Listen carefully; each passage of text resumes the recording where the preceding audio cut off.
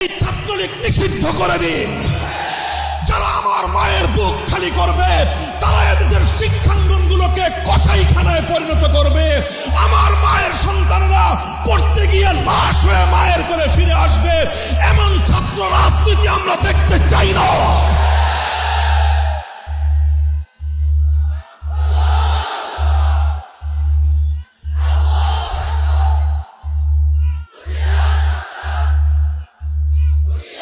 সংগ্রামী সাথী ও বন্ধুগণ, জানি এই কথাগুলো হজম করা বড় কঠিন আপনাদের জন্য।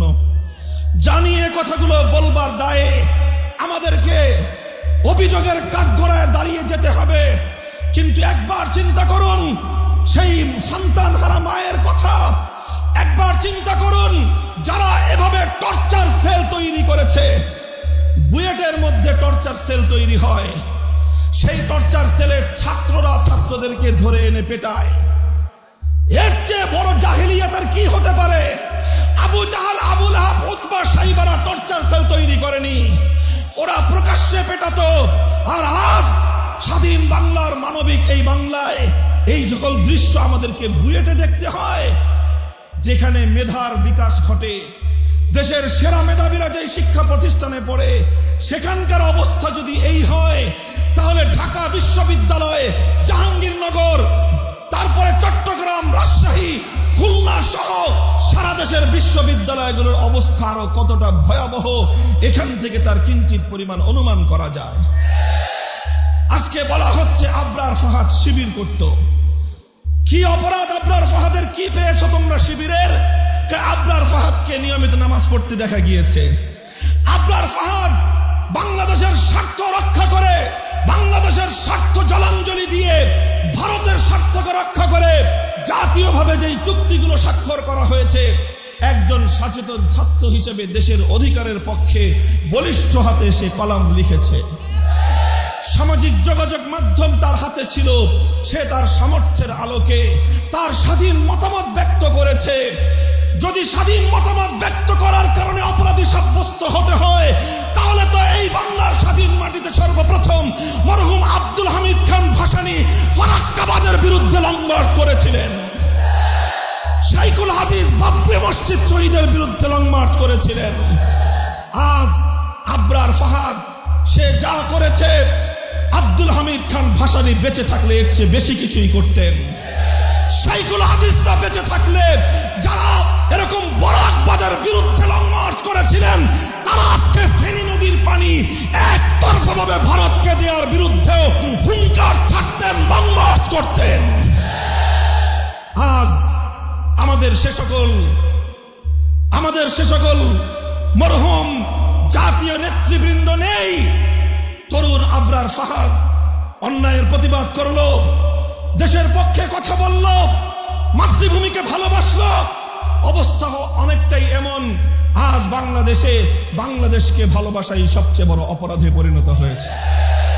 দেশের স্বার্থে কথা বলবেন, পিটিয়ে মারবে, অভিযোগ করবার কোনো জায়গা নাই। সংগ্রামী সাথী ও বন্ধুগণ, আমার কথা হলো এভাবেই অন্যায়, অবিচার, জুলুম, শোষণ, দুর্নীতি, জনগণের সম্পদ লুণ্ঠন ফিরিস্তি কয়টার দিব? কয়টার কথা বলবো? তানহামা, দাগ দাগ, সুদ, পুম্বা, কুজা কুজা, নেহাদ, সারা শরীর ক্ষত বিক্ষত, মলম আর পট্টি আমি কয়খানে লাগাবো? এভাবেই চলবে?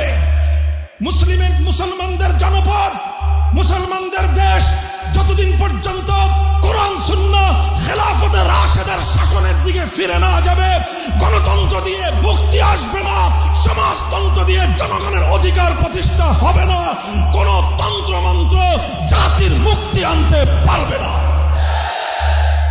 তাই হে তাওহীদি জনতা, মুসলমান, ঈমানকে ভালোবাসো, আল্লাহর কোরআনকে ভালোবাসো, আল্লাহর নবীর সুন্নাহকে ভালোবাসো, খেলাফতে রাশেদার আদর্শকে ভালোবেসে আসো। শপথ নেই আমার এই সোনার বাংলা থেকে সব অপশাসন, সমস্ত অন্যায়, অবিচার এগুলোকে দূরীভূত করে আমার মাতৃভূমিটাকে আমি শান্তির ফুল বাগানে পরিণত করব। মুহতারাম হাজিরিন, আমি আবার কোরআনের সেই আয়াতের দিকে পুনরাবৃত্তি করছি।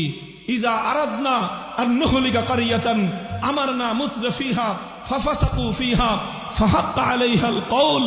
যখন এভাবেই নবীর বিরুদ্ধে কটূক্তি হয় ব্রাহ্মণবাড়িয়ায়, যখন এভাবেই নবীর বিরুদ্ধে কটূক্তি হয় বোরহানউদ্দিনে, যখন এভাবেই আবরার ফাহাদরা নিহত হয় বুয়েটের মাটিতে, যখন এভাবেই নুসরাতরা নিহত হয় এই বাংলার জনপদে, যখন এভাবেই ফেলানিরা ঝুলে থাকে আমার সীমান্তের কাঁটাতারে, একটার পর একটা যখন এভাবে অন্যায় ঘটতে থাকে, তার প্রতিবাদ হয় না, তার প্রতিকার হয় না, তখন সর্বশেষ আসমান থেকে খোদার গজব নেমে আসে।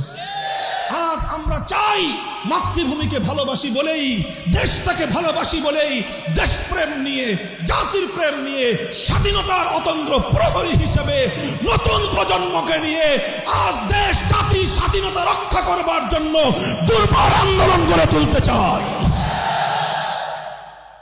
সেই আন্দোলনের ঠিকানার নাম বাংলাদেশ খেলাফত যুব মজলিস। বাংলাদেশ খেলাফত যুব মজলিস সম্পর্কে আমার পূর্বতন দায়িত্বশীলরা সংক্ষিপ্ত কিছু বলেছেন।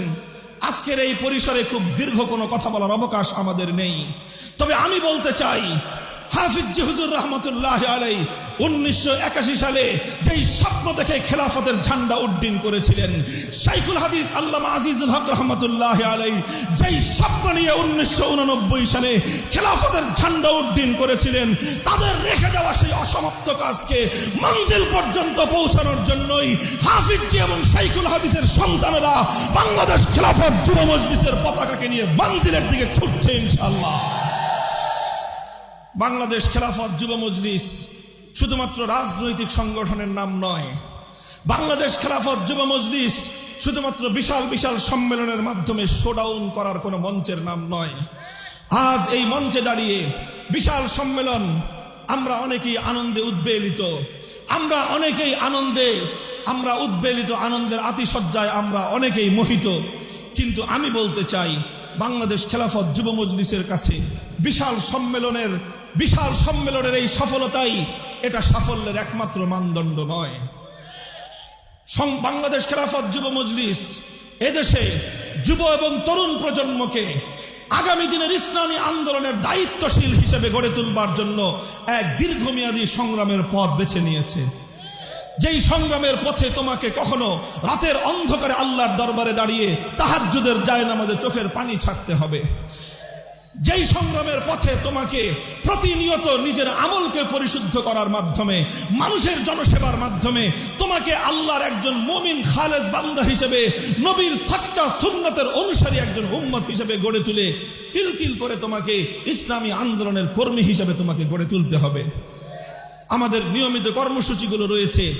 আজ এই সম্মেলনে যেভাবে আমাদের জ্বালাময় বক্তব্য শুনবার জন্য তোমরা বিপুল পরিমাণে জড়ো হয়েছ, এই জড়ো হওয়ার চেয়েও আরো অনেক বেশি আনন্দিত আমরা হব, আরো অনেক বেশি সাফল্য আমরা পাব যদি এর কিয়দংশ অন্তত আমাদের তরবিয়তি সফরে 3 দিনের জন্য আল্লাহর রাস্তায় গিয়ে নিজেদেরকে আল্লাহর দ্বীনের সৈনিক হিসেবে গড়ে তুলবার জন্য জীবনের সময় লাগানোর জন্য যদি প্রস্তুত হয়, আমরা আরো আনন্দিত হব, আমরা আরো সাফল্য খুঁজে পাবো। এই বিশাল সম্মেলনের অন্তত 1/10 প্রতি মাসে আমাদের ইসলাহী মজলিসের সব গুজারিতে গিয়ে শেষ সাথে আল্লাহ আল্লাহ জিকিরে যদি তারা শামিল হয়। সংগ্রামী সাথী ও বন্ধুগণ, ফরিদপুরের শীর্ষ ওলামায়ে কেরাম হাফিজ জি হুজুর শাইখুল হাদিস পীর সৈয়দ ফজলুল করিম মুফতি আমিনী রহমতুল্লাহ আলাইহিদের এখানে অনুসারীরা, তাদের সহকর্মীরা, তাদের দীর্ঘ সাহচর্য প্রাপ্তরা এখানে বিদ্যমান। তাদের কাছে আমরা বিনীত অনুরোধ করছি, আপনারা শুধুমাত্র বাংলাদেশ খেলাফত যুব মজলিসকে বাহবা দিবেন না, আপনারা শুধুমাত্র বাংলাদেশ খেলাফত যুব মজলিসকে সমর্থন দেবেন না।